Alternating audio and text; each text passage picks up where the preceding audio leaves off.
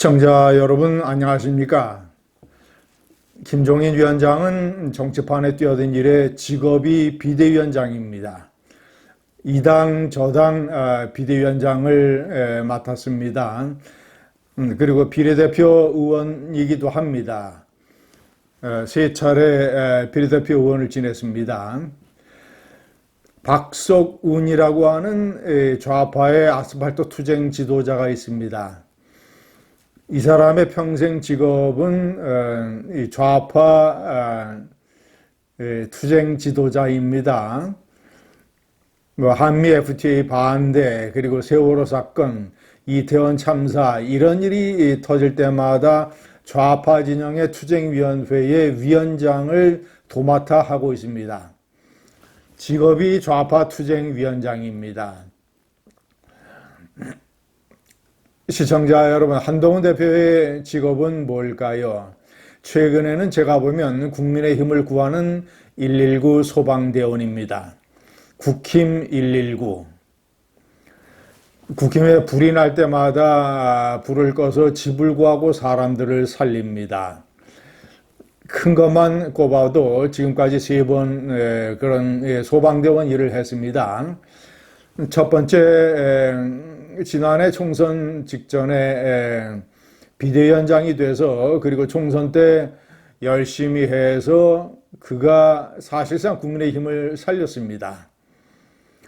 그는 총선 비대위원장 때 차기 지도자 지지율에서 이재명을 여러 차례 앞섰습니다. 그만큼 대중적인 인기를 안고 있었다는 것이지요. 그 총선은 108석을 얻었습니다. 참패를 했지요. 그러나 만약에 한동훈 비대위원장이 없었더라면 100석 미만으로 떨어져서 대통령이 거부권을 행사할 수도 없는 완벽한 이 압도적인 여소야대로 전락을 했었을 것입니다. 윤석열 측에서 한동훈 비대위원장한테 총선 참패의 책임을 떠넘기려 했습니다만 많은 현장에서 선거를 뛴 위원장들 후보들의 증언에 따르면 총선 참패의 원인은 윤석열 대통령과 그 부인에게 있었다고 합니다.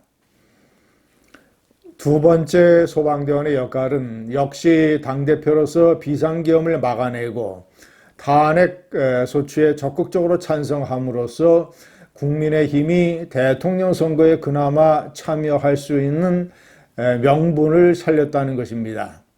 만약에 한동훈 대표의 그런 노력이 없었더라면 아마 이 완벽한 내란당으로 전락을 해서 지금 김문수 후보를 잘못 뽑아서 계엄에 찬성하고 탄핵에 가장 거세게 반대했던 사람을 대통령 후보로 뽑아서 역시 민주당으로부터 내란 동조당이라는 엄청난 비난을 받고 있습니다. 만약에 당대표 때 그런 일을 해서 119 역할을 해서 당을 살린 한동훈 대표를 대통령 후보로 뽑았다면 내란당이라는 화살은 피할 수 있었을 것입니다.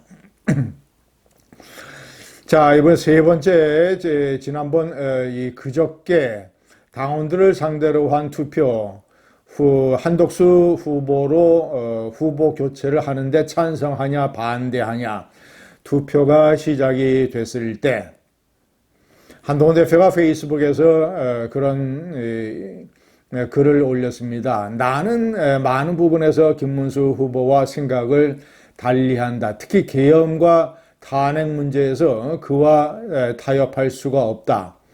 하지만 당의 민주주의를 지키기 위해서 김문수 후보가 우리 당의 적법한 후보라는 것을 나는 여러분들에게 호소한다. 그런 취지로 페이스북에 글을 올렸죠. 시청자 여러분, 지난번 대통령 후보 경선 때 투표를 한 40만 명 정도의 당원 중에서 16만 명 정도가 한동훈 후보를 찍었습니다. 그 많은 당원들 중에서 상당히 적극적으로 투표를 하고 적극적으로 한동훈 대표를 지지한 사람들이지요.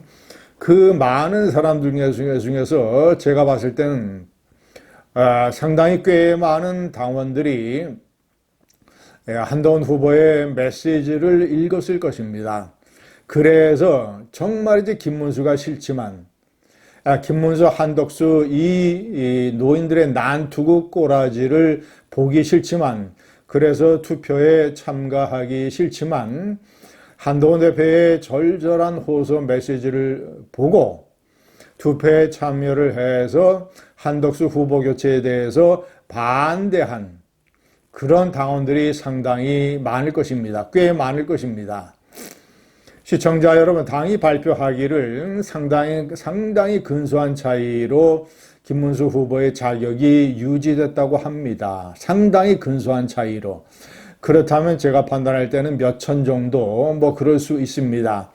그렇다면 결정적으로 한동훈 대표의 페이스북 메시지 그 호소문이 김문수를 살려내고 정당 민주주의를 구해낸 결정적인 영향을 끼쳤다고 봐야 할 것입니다.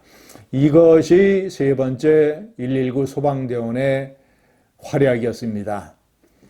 국힘 119 소방대원 한동훈. 시청자 여러분, 최근에 그가 상당히 선명한 검투사, 제가 지난번에 동영상에서 찐 검투사가 돼야 된다. 그는 키 크고 체격이 좋고 발 빠른 그런 검투사의 기본적인 조건을 갖췄다. 그러나 칼을 잘 써서 상대방을 제압을 하는 기술은 다른 문제다. 정치판에서 자신이 얻고자 하는 목표를 이루기 위해서 정치판의 싸움은 머릿수 싸움입니다. 자신이 원하는 것을 얻기 위해서 필요한 머릿수를 데려올 수 있는 스킬, 기술을 이제부터 쌓아야 한다. 한동훈은 젊은 사자임에 틀림이 없다. 건강하고 빠르고 그렇지만 사냥감을 잡는 기술은 또 다른 문제다. 더 나이가 많지만 노회한 암사자처럼 사냥감의 숨통을 끊어버릴 수 있는 그런 스킬과 기술을 연마해야 된다라고 저는 주장을 했었습니다. 한동훈 대표는 개싸움을 마다하지 않겠다라고 상당히 격렬한 표현으로 최근에 자신의 의지를 밝혔습니다. 그리고 당원 가입을 독려하는 현실적인 방법론도 적극적으로 추진을 하고 있습니다. 자, 이 김문수 후보에게 사실상 네 가지를 주문을 했습니다. 계엄 찬성과 탄핵 반대에 대해서 진정으로 국민들에게 사과할 것. 두 번째, 그런 데에 적극적으로 앞장섰던 사람들을 선거 요직에 기용하지 말 것. 세 번째, 윤 대통령 부부와 절연을 하고 윤 대통령을 탈당을 시킬 것.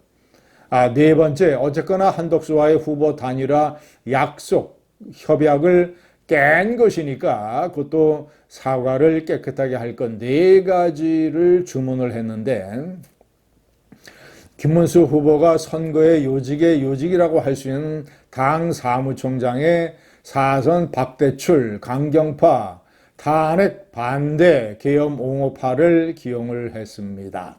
한남동 관저파를 기용을 했습니다. 아마도 한동훈 후보가 얘기하는 그런 요구사항은 실현이 되기 어려울 것 같습니다. 감사합니다.